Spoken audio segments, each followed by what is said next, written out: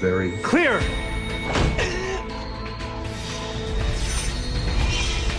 She's back. Sonny et Gina Ann sont de vraies jumelles. Elles n'ont que 5 minutes d'écart. Mais ces minutes pourraient tout aussi bien être des années. Elles ont toujours été rivales. Quand elles se disputaient, aucune d'elles ne gagnait vraiment. Ces disputes enflammées poussent les jumelles à bout. Elle a fait une tentative de suicide. La colère et la violence entre les jumelles Ann atteignent le point de non-retour et une machination machiavélique prend forme. Elle a élaboré un plan, tué sa sœur et lui volé son identité. Vous pensez que votre colocataire est en train de se faire violer? Oui, dépêchez-vous, vite. Qu'arrive-t-il quand une jumelle se retourne contre sa sœur? Les gens ont vu cette affaire comme la gentille jumelle contre la méchante. On ne peut pas tomber plus bas.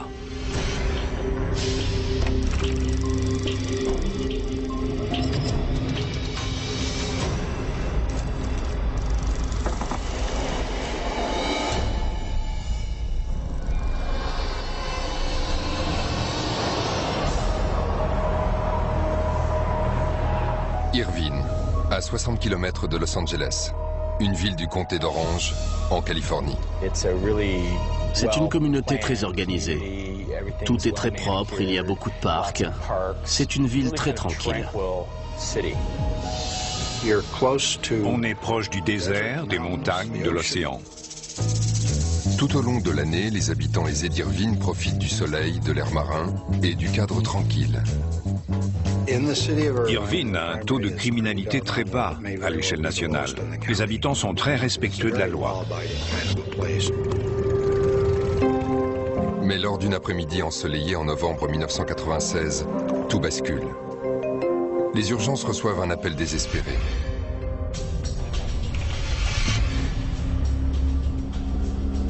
Police secours, je vous écoute. Il y a quelqu'un chez moi. Ma colocataire s'est fait violer. Il y a combien de personnes en tout? Je sais pas. L'opératrice des urgences craint le pire et donne immédiatement l'alerte aux agents de patrouille. Vous pensez que votre colocataire est en train de se faire violer? Oui, dépêchez-vous, vite. La police n'aurait jamais pu imaginer qu'elle allait découvrir une machination ourdie par la sœur jumelle de la jeune femme au téléphone. Qu'est-ce que vous avez entendu? Et ils arrivent peut-être trop tard. La liaison vient de couper.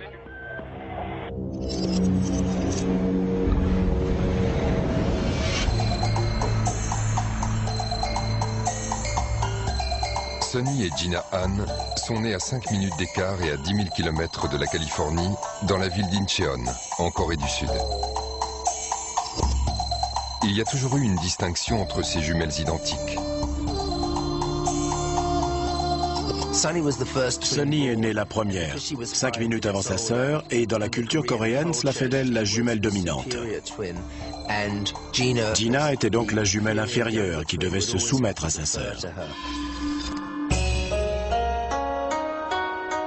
Leur mère, Boo-Kim Han, leur a bien fait comprendre que la cadette Gina devait obéir à son aîné Sonny.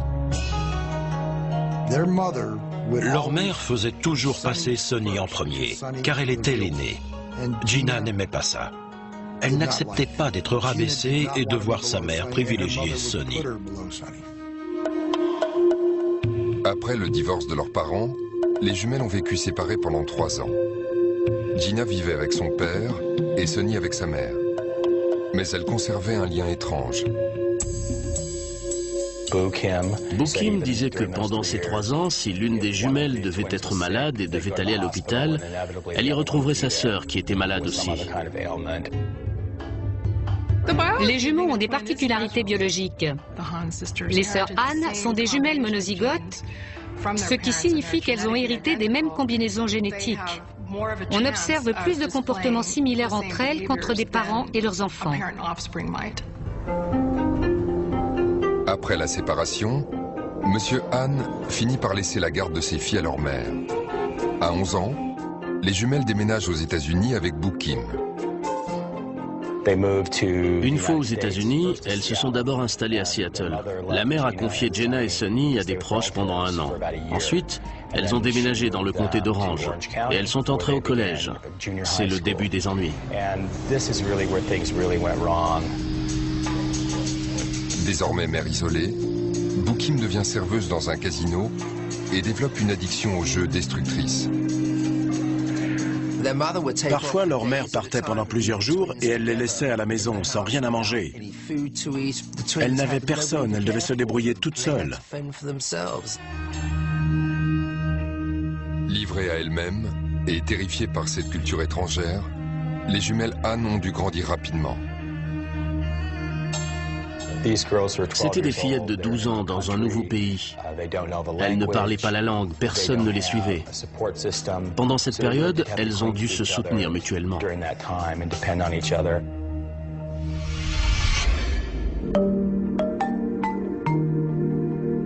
Bookim admet qu'elle ne peut pas subvenir aux besoins de ses filles. Elle contacte alors des parents éloignés, les Norris, qui vivent à 200 km de là, à Campo, une ville du désert, proche de San Diego. Elle nous a appelés pour emprunter de l'argent, parce qu'elle n'arrivait pas à payer son loyer et à nourrir ses filles. Mais au lieu de lui prêter l'argent, on a fait venir les filles chez nous. Sonny et Gina ont tout de suite adoré leur famille d'adoption et leur nouvelle vie. On a fêté notre premier Noël avec les filles. Elles n'avaient jamais connu de Noël comme les enfants de notre pays. Et elles étaient très déçues de ne pas pouvoir ouvrir leurs cadeaux en avance. Elles ne comprenaient pas pourquoi on les obligeait à attendre. Le matin de Noël, elles dévorent leurs cadeaux et vérifient que le Père Noël a été juste. Elles voulaient vérifier qu'elles avaient bien reçu le même nombre de cadeaux.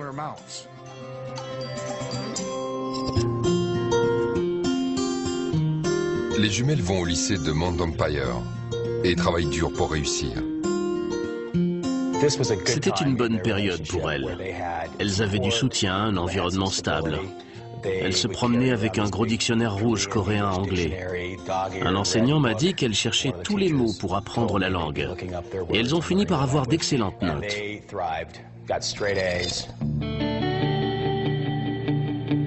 C'est pendant ces heures d'études que leur relation fusionnelle se transforme en rivalité profonde.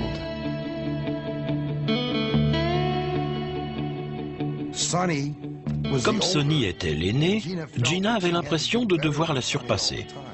Si l'une d'elles avait un A, l'autre voulait un A+. Elles ne s'entraidaient jamais à l'école. Elles travaillaient chacune de leur côté. Gina n'aidait jamais Sonny pour ses devoirs et Sonny n'aidait jamais Gina. Le lien qui unit les jumeaux peut les pousser à entrer en compétition. Pour chacune d'elles, c'est une manière de se démarquer et d'affirmer sa propre identité. Quand des jumelles sont particulièrement proches, comme Sonny et Gina, cette compétition est d'autant plus exacerbée. Elles tiennent toutes les deux à se prouver leur valeur.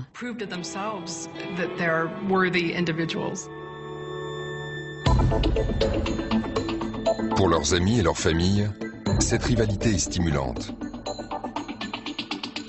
Pendant leur scolarité, les sœurs Han étaient les meilleures de leur classe. Elles avaient toujours d'excellentes notes dans toutes les matières. Elles ont terminé le lycée avec les honneurs et on était tous contents. Tout le monde s'y attendait.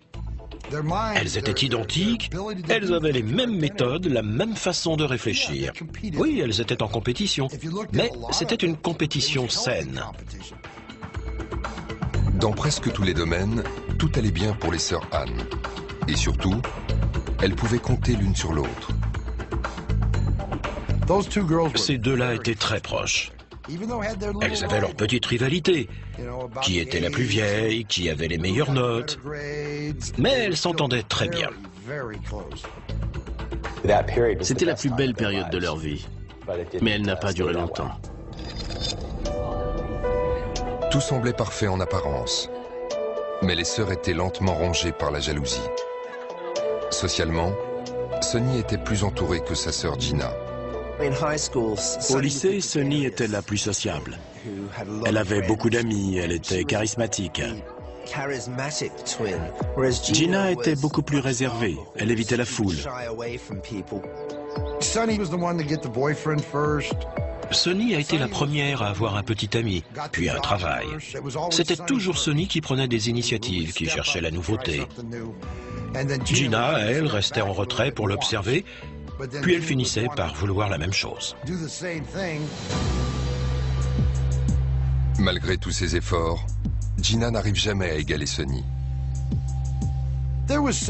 Gina est venue me voir plusieurs fois en demandant « Pourquoi Sonny réussit mieux que moi?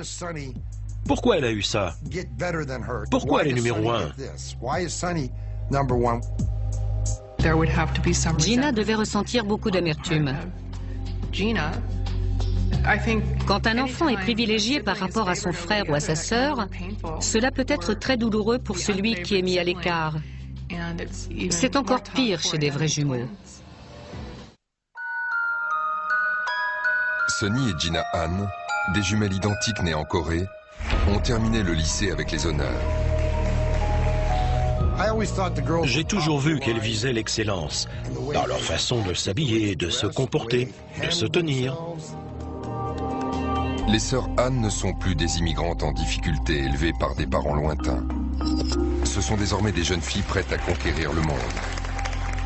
Mais plus pour longtemps. Elles avaient des projets. Gina avait décidé de s'engager dans l'armée de l'air et Sonny avait obtenu une bourse pour aller à l'université. Sonny voulait aller à l'université plus que Gina, mais elle n'avait pas de projet précis. Elle voulait découvrir la vie d'étudiante avant de prendre une décision. Avec sa bourse, Sonny comptait bien prouver qu'elle pouvait réussir toute seule. Sonny a commencé l'université et elle s'en sortait bien. Elle restait concentrée sur ce projet. Mais Gina, qui avait commencé son entraînement à l'armée de l'air, supportait mal la vie militaire. On a parlé avec elle quelques fois pendant qu'elle faisait ses classes. Elle a fini par abandonner et je ne sais pas pourquoi. Gina cachait un secret à sa famille. Elle était ingérable, donc ils l'ont laissée partir. Gina retourne chez elle en Californie du Sud et rumine son échec. Sans le soutien de sa mère et de sa sœur jumelle, elle sombre. Gina n'était pas prête pour la vie après le lycée. Ça allait trop vite pour elle, surtout depuis que sa sœur n'était plus là. Quand des jumeaux sont très proches, comme Sonny et Gina, et qu'ils ont du mal à s'individualiser pendant leur développement, ils ont du mal à vivre séparément. La séparation crée un traumatisme. Le succès de Sonny à l'université travaille beaucoup Gina, qui décide de se remettre sur pied et de trouver un travail.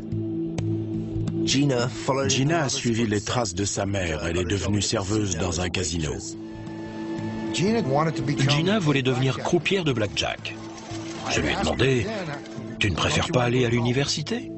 Et elle m'a répondu « Pas pour le moment ». C'est là qu'a commencé sa descente aux enfers. Elle est devenue accro au jeu. Tout comme sa mère, Bookim, Gina perd tout son argent au jeu et croule sous les dettes. La dépendance de Gina était très forte. Elle dépensait des milliers de dollars. Tandis que ses dettes et ses problèmes s'accumulaient, elle perdait pied. Une nuit, par désespoir, Gina prend une poignée de somnifères et les avale avec de l'alcool. J'ai reçu un appel des urgences de l'hôpital Grossmont à la Mesa. Gina avait fait une tentative de suicide. À mon avis, c'était plutôt un appel au secours parce qu'elle n'avait pas pris une dose mortelle. Quand je suis allé la chercher, j'ai commencé par lui demander pourquoi elle avait fait ça. Elle m'a répondu qu'elle avait l'impression d'être submergée par ses problèmes. Personne ne voulait l'aider. Elle se sentait toute seule et c'était insupportable. Malgré le soutien de sa famille, Gina n'arrive pas à gérer son addiction et continue à creuser ses dettes. Elle commet des délits mineurs pour couvrir ses pertes. Gina commençait à s'attirer des ennuis pour rembourser ses dettes. Elle volait ses amis, faisait des faux chèques. En dernier recours, Gina commence à voler les gens qui l'ont accueillie quand elle était petite. On a découvert qu'elle avait réussi à ouvrir mon coffre, qu'elle avait pris des chéquiers professionnels et personnels, des cartes de crédit, et qu'elle avait commencé à les utiliser. Au total, elle a pris 20 000 $ sur mes comptes professionnels et environ 15 000 sur mes comptes personnels. J'étais très en colère, parce qu'on avait accueilli cette fille. On l'avait aidée, élevée. Pendant que Gina poursuit sa descente aux enfers, sa sœur Sonny goûte à la belle vie de l'université, à 250 km de là. Pendant ses études, Sonny menait un train de vie luxueux. Elle avait une belle voiture, des vêtements très chers, et ses amis se demandaient d'où venait tout cet argent. Nombreux sont ceux qui trouvent cette existence trop belle pour être vraie. Quand Gina revenait de Los Angeles après avoir rendu visite à sa sœur, elle nous parlait de toutes les belles affaires de Sonny. Son appartement, sa voiture, ses meubles, ses vêtements. À mon avis, Gina était un peu jalouse de voir que tout allait bien pour sa sœur, alors qu'elle, elle avait du mal à avancer. Mais Sonny cache elle aussi un lourd secret. Elle vole tout autant que sa sœur jumelle Gina. Sonny avait développé un goût pour le luxe. Un jour, elle a décidé de prendre la carte de crédit d'une amie pour faire du shopping et s'acheter toutes sortes de choses. Sonny a volé 13 000 $. Quand sa meilleure amie l'a vue, elle est allée voir la police.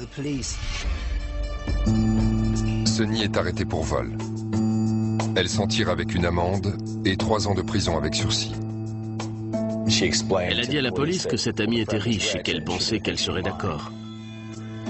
Mais peut-être que comme Gina, Sonny ne pouvait pas s'en empêcher. Le jeu et les addictions étaient courants dans leur famille, et ses sœurs ont hérité des prédispositions génétiques les poussant à ces dérives. Il y avait 2 éléments qui jouaient en leur défaveur, leur risque génétique et l'environnement défavorable. Après l'arrestation de Sonny, la famille est sous le choc. En plus de la beauté et de l'intelligence, les 2 sœurs partagent désormais des casiers similaires. Plus tard, Gina est elle aussi arrêtée pour vol. Comme elle a volé des sommes assez importantes à ses amis proches, elle a été arrêtée. Ils l'ont dénoncée et elle a passé du temps derrière les barreaux. Gina Hahn est condamnée à 10 jours de prison et à une mise à l'épreuve de 3 ans. Quelque temps après, Sonny traverse une période sombre. Sonny avait des problèmes de cœur. Ses notes ont chuté. Et après 1 an et demi, elle a perdu sa bourse et abandonné ses études. Séparées, les sœurs Hahn semblent condamnées à l'échec. Elles rencontrent les mêmes problèmes d'atteinte à la propriété, d'addiction, de dépression et de tentatives de suicide. Tout est lié à la gémellité. En plus, elles ont grandi dans un environnement hostile, avec des parents abandonnants. Et elles ont subi beaucoup de stress au début de leur vie adulte. On aurait dit que le sort s'acharnait sur elles. Ces 2 adolescentes premières de la classe, à qui on promettait un brillant avenir, sont maintenant au bord du gouffre. J'ai eu l'impression qu'en nous quittant pour vivre leur vie, elles ont voulu aller trop vite. Ces filles étaient incapables de gérer leur vie. Elles étaient hantées par leur passé, par la négligence de leur mère. Au fond, elles essayaient seulement de trouver leur voie.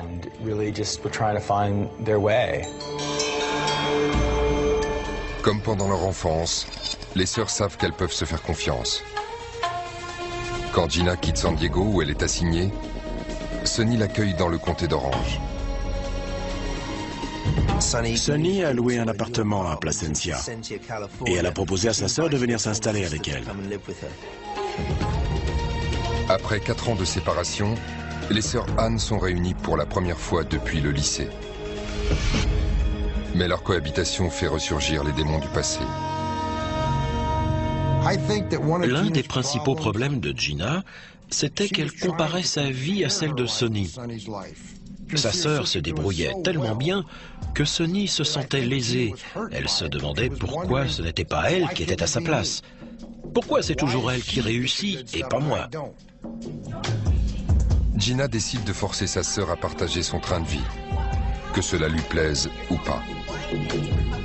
À cette époque, Gina volait régulièrement. Ça provoquait beaucoup de tensions entre elles, parce que Gina a commencé à voler les affaires de Sonny. Gina prenait les vêtements, l'argent et même la décapotable de Sonny, sans sa permission. Gina était convaincue que tout ça lui appartenait aussi. C'est sûrement parce qu'elle partageait beaucoup avec sa sœur. À chaque fois qu'elle pouvait garder quelque chose pour elle, elle s'y accrochait.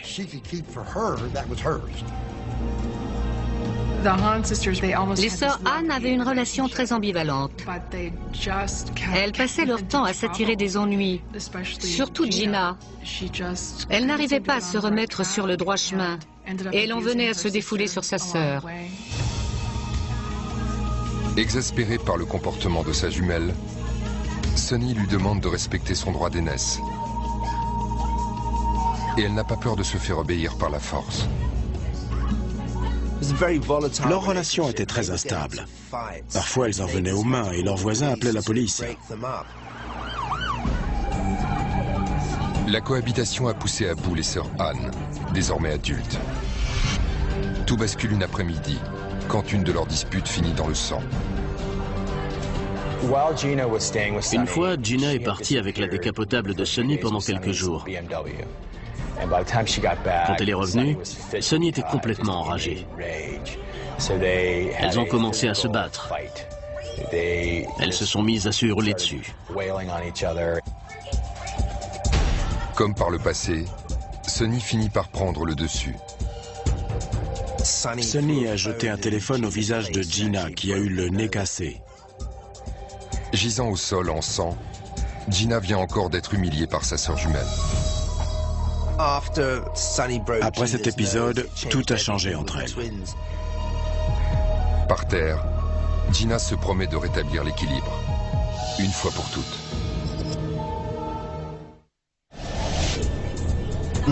Quand les agents ont trouvé Gina avec le nez cassé, ils lui ont posé des questions sur Sonny. Gina saute sur l'occasion pour gagner la police à sa cause. Elle leur a dit que Sonny était en sursis, avec mise à l'épreuve, après un vol de carte de crédit. Les policiers embarquent Sonny, qui passe 3 jours en prison. En révélant à la police que Sonny était en liberté conditionnelle, elle a provoqué son arrestation. Elle lui faisait payer toutes ces années où elle avait dû se soumettre à elle. C'était sa vengeance. Pendant ses 72 heures en prison, Sonny est consumé par la rage. Sa sœur jumelle a enfin pris le dessus. Mais Gina ne fait que commencer.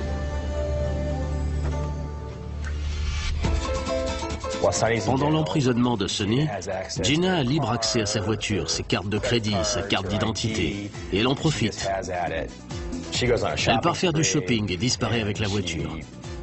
Elle peut faire tout ce qu'elle veut. Pendant ces 3 jours, Gina a goûté au bonheur et à la liberté, aux frais de sa sœur. Mais elle sait qu'à son retour, elle devra payer. En rentrant, Sonny a découvert que sa sœur avait pris sa carte de crédit et sa voiture. Elle était furieuse et elle l'a mise dehors. Sonny ne perd pas de temps pour régler ses comptes. Elle a contacté la police pour porter plainte.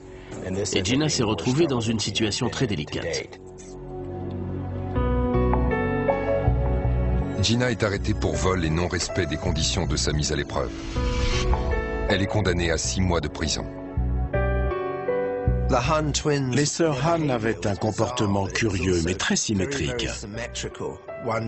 L'une d'elles commence à voler, puis l'autre fait la même chose.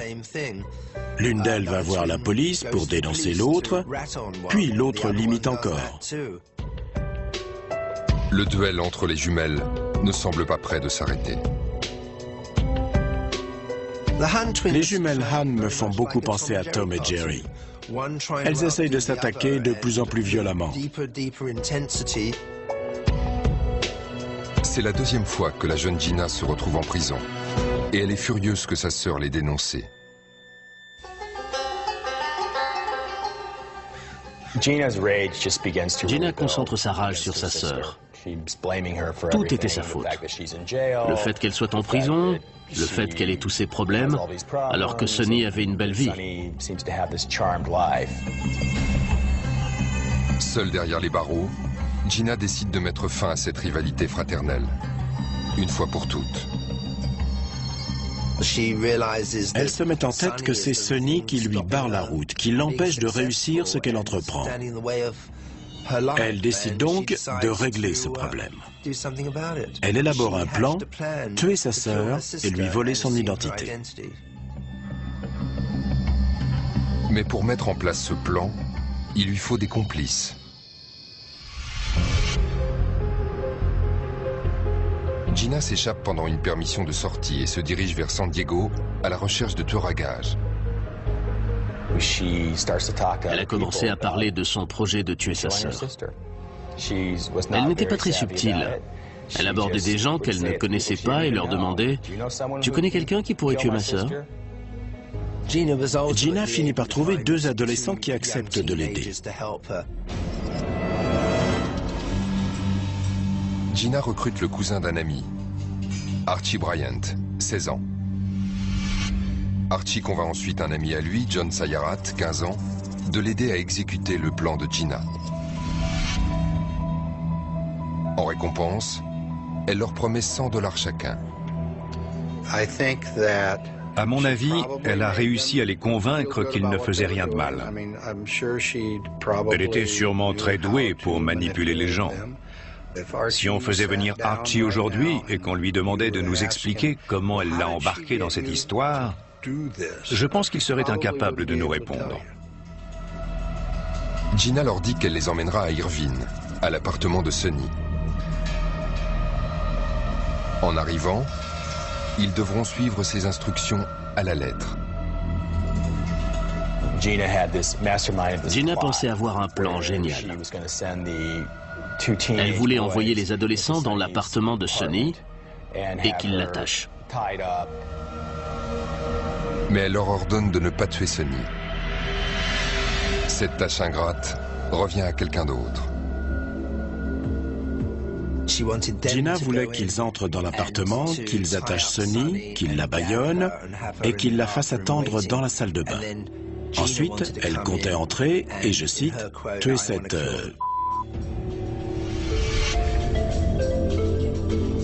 Gina avait entièrement confiance en son plan. Elle allait tuer sa sœur, voler son identité, et personne ne verrait la différence. Gina allait enfin pouvoir sortir de l'ombre en prenant la place de sa sœur.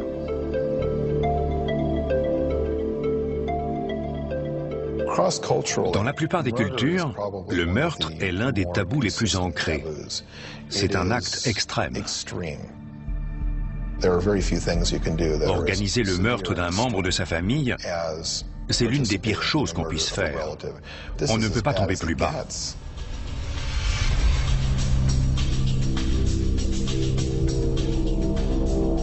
Gina a trouvé des complices. Maintenant, elle est prête à tuer sa sœur. Gina s'est procuré un revolver. Ensuite, elle s'est mise en route pour le comté d'Orange en emmenant Archie et Jonathan. Une fois arrivés, ils sont passés dans un supermarché pour acheter de la corde, des sacs poubelles et des produits d'entretien. Elle comptait se servir du revolver pour tuer Sonny, une fois qu'elle serait attachée et bâillonnée. Les sacs poubelles et les produits allaient servir à nettoyer.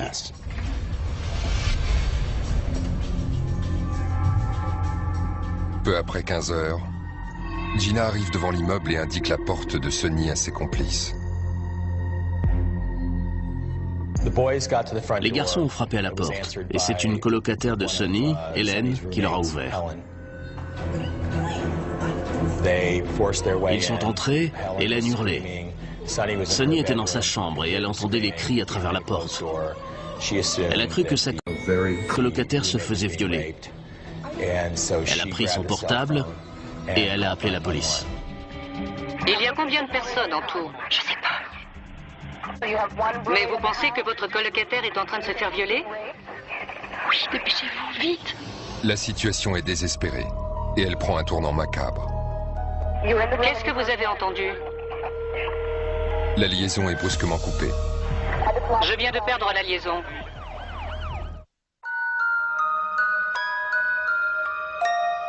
Gina Ann a passé des années dans l'ombre de sa sœur jumelle Sonny, tandis que le sort s'acharnait sur elle.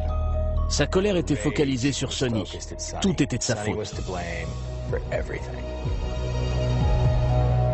Accompagnée de 2 hommes de main, Gina décide que l'heure de la vengeance a sonné.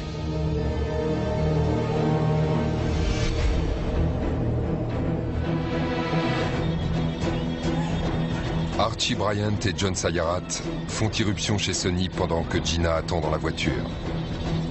Ils se jettent sur la première personne qu'ils voient. La colocataire de Sonny, Helen. Helen hurlait. Sonny était dans sa chambre et elle entendait les cris à travers la porte. Elle a cru que sa colocataire se faisait violer. Elle a pris son portable et elle a appelé les secours. Mais vous pensez que votre colocataire est en train de se faire violer? Oui, dépêchez-vous, vite. Sonny était en ligne depuis 2 minutes quand la liaison est soudainement coupée. Je viens de perdre la liaison.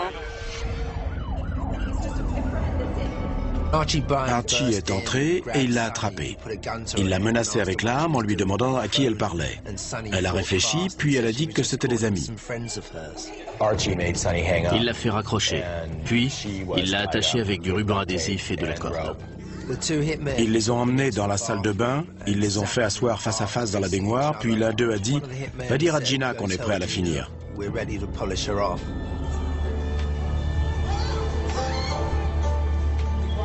Pendant qu'Archie Bryant surveille les colocataires, John Sayarat quitte l'appartement pour aller chercher Gina. C'est là que Sonny a compris que sa sœur était à l'origine de tout ça. Sonny est sous le choc en entendant le nom de Gina. Les 2 femmes craignent le pire. Elle pensait vraiment qu'elles allaient mourir. Quand un homme armé nous dit de s'agenouiller dans la baignoire, on se dit que c'est fini. Ce que les 3 conspirateurs ignorent, c'est que la police d'Irvine n'est pas loin. La police commence à envahir les lieux. Les officiers de police trouvent Gina et John sur le parking. Gina a demandé aux policiers ce qui se passait.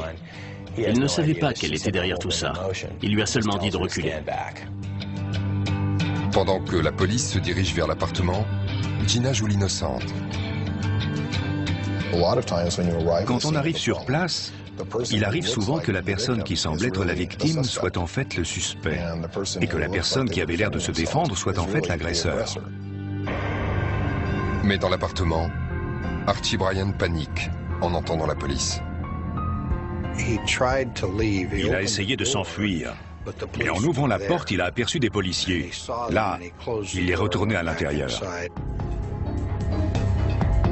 Il est seul, armé, et va devoir assumer toute la responsabilité. Archie était toujours dans l'appartement avec Sonny et sa colocataire. Et il déchirait l'adhésif pour essayer de défaire ce qu'il avait fait. Il a voulu cacher l'arme, puis il a compris qu'il ferait mieux de se rendre. Archie libère Sonny et Helen et invente rapidement une couverture. Archie a supplié les filles de dire que c'était une blague, qu'il plaisantait, mais c'était un peu tard. Il fait sortir les jeunes femmes de l'appartement. Elles sont sorties les mains en l'air. Elles avaient de l'adhésif dans les cheveux et l'air vraiment désorientées. La police arrête immédiatement Archie Bryant. En observant la scène depuis le parking, Gina décide qu'elle ne fera pas de 3e séjour en prison. Gina et John sont partis. Ils ont laissé Archie se débrouiller tout seul. Ils ont pris la fuite en direction de San Diego. Gina Hahn et son complice John Sayarat foncent vers la côte.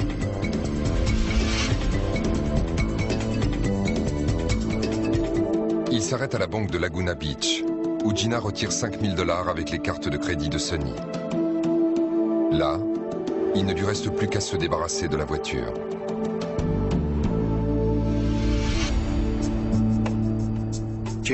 Gina est allée chez un concessionnaire et elle a essayé d'acheter une voiture avec la carte d'identité de Sonny. Mais tout s'effondre quand le concessionnaire demande 24 heures pour vérifier sa solvabilité. Le temps presse et la police se rapproche. On ne peut pas courir éternellement.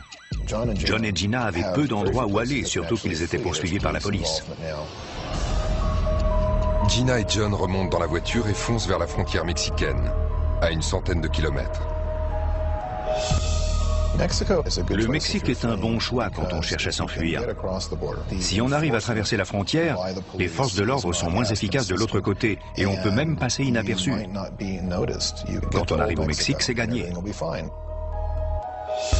Si elle parvient à traverser la frontière, Gina Hahn pourrait échapper aux poursuites pour tentative de meurtre contre sa sœur jumelle Sonny, mais c'est une course contre la montre.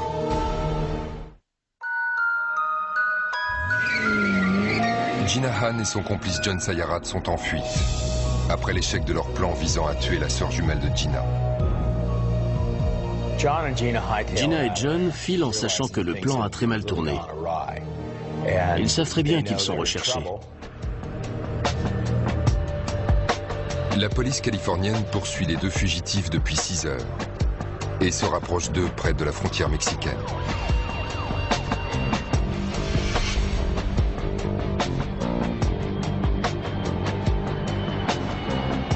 Gina et John s'arrêtent à l'aéroport de San Diego en espérant louer une voiture.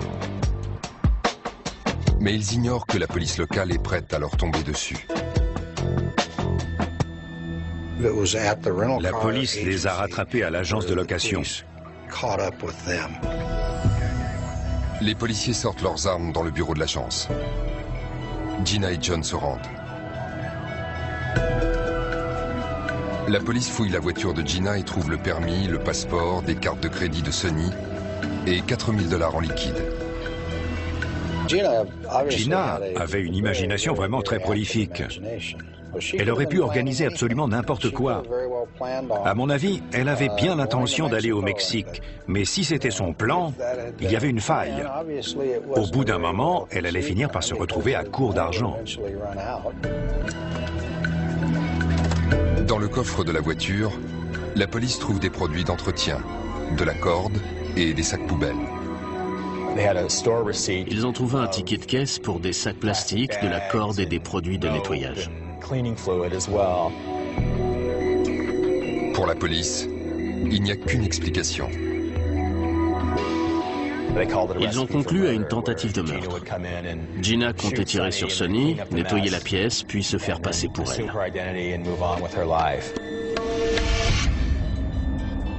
Gina et ses deux jeunes complices sont arrêtés. Et l'affaire Hahn fait fureur dans la presse. Cette affaire a déchaîné les médias parce qu'elle impliquait des jumelles, parce que l'une d'elles avait échafaudé tout un plan, tout un stratagème pour tuer sa sœur et lui voler son identité. Il est très rare de voir un jumeau essayer de tuer son frère ou sa sœur. En général, les jumeaux s'aiment et se soutiennent mutuellement. On peut trouver des points communs chez les sœurs Hahn. Leur dépendance, leur comportement irresponsable. Elles ont vécu dans des environnements hostiles, à la fois pendant leur enfance, puis pendant leur vie adulte. Tous ces facteurs ont eu des conséquences terribles pour les deux sœurs. En découvrant les détails de cette tentative de meurtre, Sonny est sous le choc. mais elle ressent le besoin de revoir sa sœur jumelle. Après l'arrestation de Gina, Sonny est allé la voir en prison. Gina lui a dit qu'elle n'avait jamais voulu la tuer, que c'était juste un mensonge de la police. Après ces retrouvailles émouvantes, Sonny change d'avis. Vous pensez que votre sœur est innocente?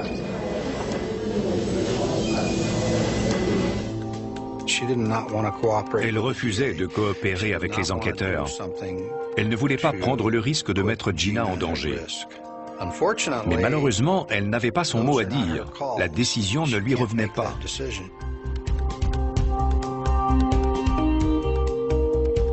Sonny sait qu'elle va devoir témoigner contre sa jumelle Gina. Mais personne ne peut prévoir ce qu'elle va dire.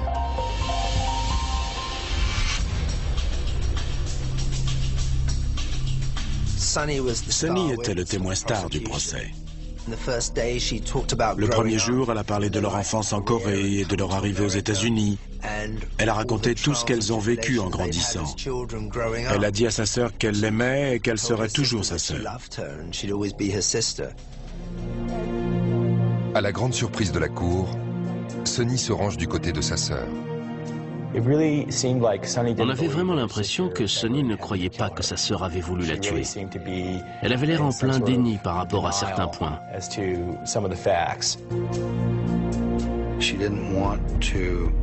Elle ne voulait pas faire ça à sa sœur, même si on lui avait dit que cette sœur avait eu l'intention de la tuer. Je ne pense pas qu'elle ait cru sa sœur capable d'une chose pareille. Elle continuait à soutenir que c'était impossible. À la fin du premier jour de procès, il est clair que Sonny Han a voulu défendre sa sœur Gina. Elle était tirée à 4 épingles pendant son témoignage. Elle était élégante, calme, elle se tenait bien. Mais lors du deuxième jour du procès, c'est une Sonny méconnaissable qui se présente au tribunal. Elle avait l'air très étrange. Elle n'était pas coiffée ni maquillée, elle était habillée bizarrement et elle avait du mal à marcher. En arrivant à la barre des témoins, elle fait une confession bouleversante. Je suis allée à la pharmacie et j'ai acheté 3 boîtes de somnifères. Sonny avait la voix très tremblante. Elle a expliqué qu'elle avait pris trop de somnifères. Elle était très faible et elle a failli s'effondrer à la barre des témoins. Évidemment, on a dû interrompre l'audience. La juge a compris que c'était sérieux et elle a appelé une ambulance. Ils ont embarqué Sonny sur un brancard. Nous avons dû appeler les urgences pour Mademoiselle Anne et la sécurité est en train de gérer la situation. Les ambulanciers emmènent Sonny aux urgences, où elle est réanimée. C'était un vrai spectacle. C'était le jour le plus mouvementé du procès. Sonny se sentait sous pression, donc elle a fait une overdose. Sonny Han se rétablit, puis retourne témoigner une semaine plus tard. Les avocats de Gina semblent avoir tiré avantage de la déposition de Sonny. Les amis et la famille sont persuadés qu'elle sera déclarée innocente. C'était un crime sans victime. Personne n'a été blessé, rien ne s'est passé. Gina n'aurait jamais voulu tuer sa sœur. Je l'affirme encore aujourd'hui, elle aurait été incapable d'appuyer sur la gâchette. Mais personne ne peut prédire le verdict du jury.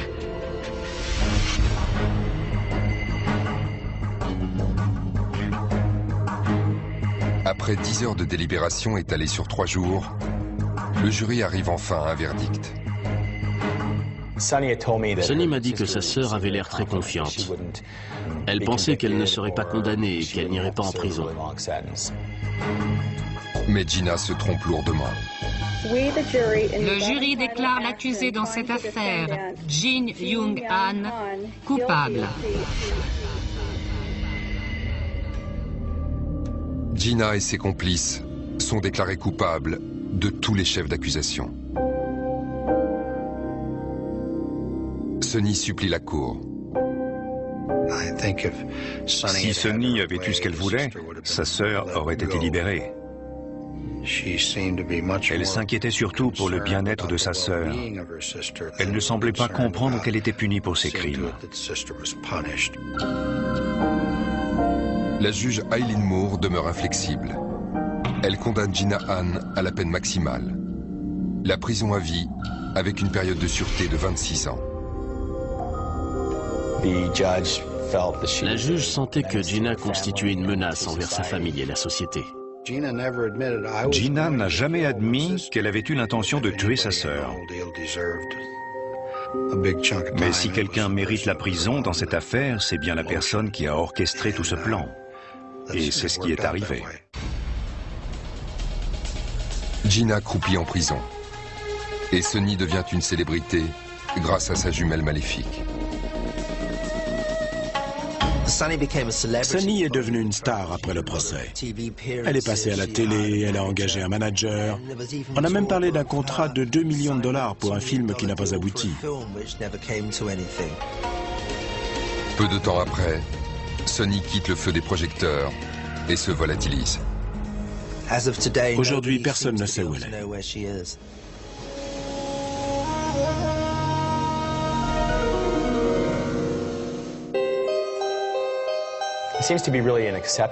C'est vraiment très rare qu'un jumeau se retourne contre l'autre. C'est pour ça que cette affaire fascine autant tout le monde. En général, les jumeaux sont très proches. Ils ont une loyauté et un attachement incroyable l'un envers l'autre. Mais quelque chose s'est brisé entre ces deux sœurs. Les gens ont cru voir un affrontement entre la méchante et la gentille jumelle. Mais à mon avis, c'est plutôt la méchante jumelle contre la moins méchante. Elles avaient toutes les deux des problèmes. Le plus triste dans cette histoire, c'est qu'on avait deux jeunes filles très belles et très intelligentes, qui s'aimaient et prenaient soin l'une de l'autre. Mais elles ne se reverront probablement jamais. Et ça, c'est vraiment une tragédie.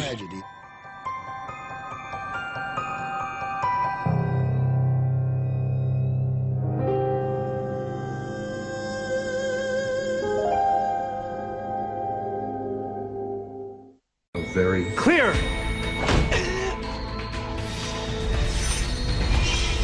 She's back. Okay, let's get a large bore going. I'm on it. If we don't get this pressure up, we're gonna lose her again. Permanently.